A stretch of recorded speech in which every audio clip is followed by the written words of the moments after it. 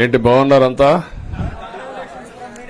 మీకు ఫ్రీడమ్ వచ్చింది, ముందు స్వాతంత్రం మీకు వచ్చింది, మాకు కాదు. మీ తర్వాత ప్రజలకి. Okay, good. మళ్ళీ ఢిల్లీకి వెళ్తున్నా ఈరోజు. వెళ్లే మునుపు మీ అందరితో మరీ మాట్లాడకుండా పోతే ప్రజలతో మాట్లాడలేం కదా. మీతో మాట్లాడితే ప్రజలతో మాట్లాడినట్టు. ఎలక్షన్ అవుతారు, నిన్నంతా బిజీగా ఉన్నా కాబట్టి ఒక 2 నిమిషాలు మీకు చెప్పి తద్వారా ప్రజలకు చెప్పేద్దామన్న ఉద్దేశంతో ఈ కార్యక్రమానికి శ్రీకారం చుట్టాను. ముందు మీడియాకి, అదే మరి రాష్ట్ర ప్రజలందరికీ ధన్యవాదాలు. శిరస్సు వంచి నమస్కారాలు తెలియజేస్తున్నా. ఎందుకంటే నా సుదీర్ఘమైన రాజకీయ యాత్రలో ఈ 5 సంవత్సరాలు చూసిన ప్రభుత్వాన్ని నేను ఎప్పుడూ చూడలేదు. ఒక రంగమని కాదు, ఒక వ్యవస్థని కాదు, ప్రజాస్వామ్య వ్యవస్థలన్నీ ఏ విధంగా ఇబ్బంది పడ్డాయో, ఏ విధంగా నిర్వీర్యం చేశారో మనం అన్ని చూశాం. అయితే మా ధ్యేయం ఒకటే, ప్రజలు గెలవాలి, రాష్ట్రం నిలబడాలి.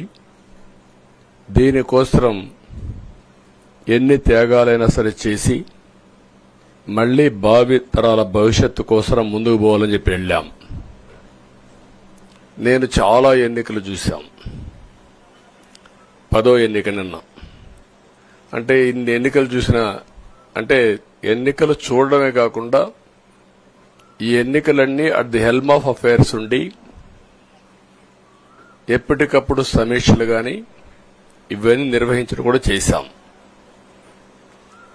రాజకీయాల్లో ఒడికిదుడుకులు సాధారణంగా ఉంటాయి. ఎవరు శాశ్వతం కాదు. దేశం శాశ్వతం, ప్రజాస్వామ్యం శాశ్వతం, రాజకీయ పార్టీలు శాశ్వతం, అధికారం అశాశ్వతం. రాజకీయ పార్టీలు కూడా సక్రమంగా ఉంటే మళ్లీ ప్రజలు ఆదరిస్తారు. లేకపోతే రాజకీయ పార్టీలు కూడా చాలా పార్టీలు కనుమరుగైపోయినాయి. వ్యక్తులు కనుమరుగైపోయారు, రాజకీయ పార్టీలు కనుమరుగైపోతాయి. కానీ ఇంత హిస్టారికల్ ఎలక్షన్ నేను ఎప్పుడు చూడలా.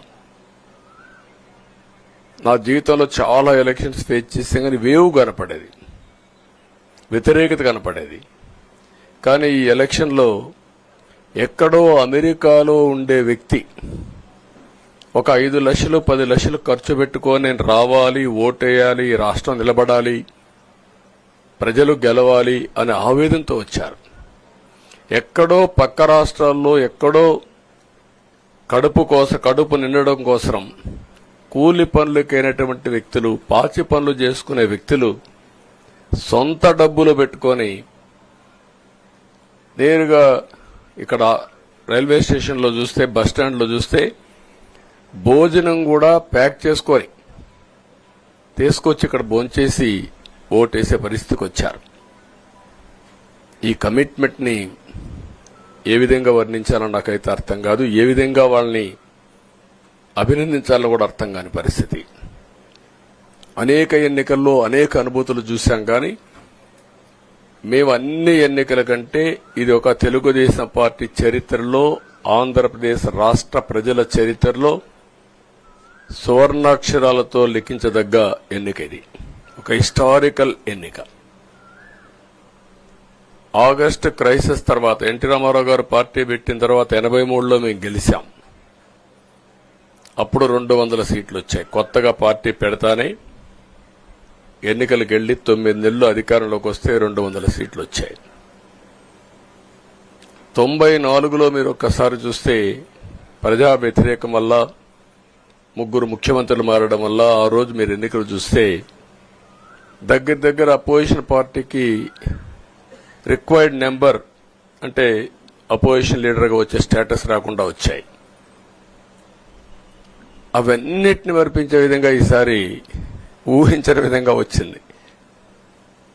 అంటే దానికి కారణాలు నేను ఎక్కువ చెప్పక్కర్లేదు. అనుభవించిన ప్రజలకే అర్థమవుతుంది.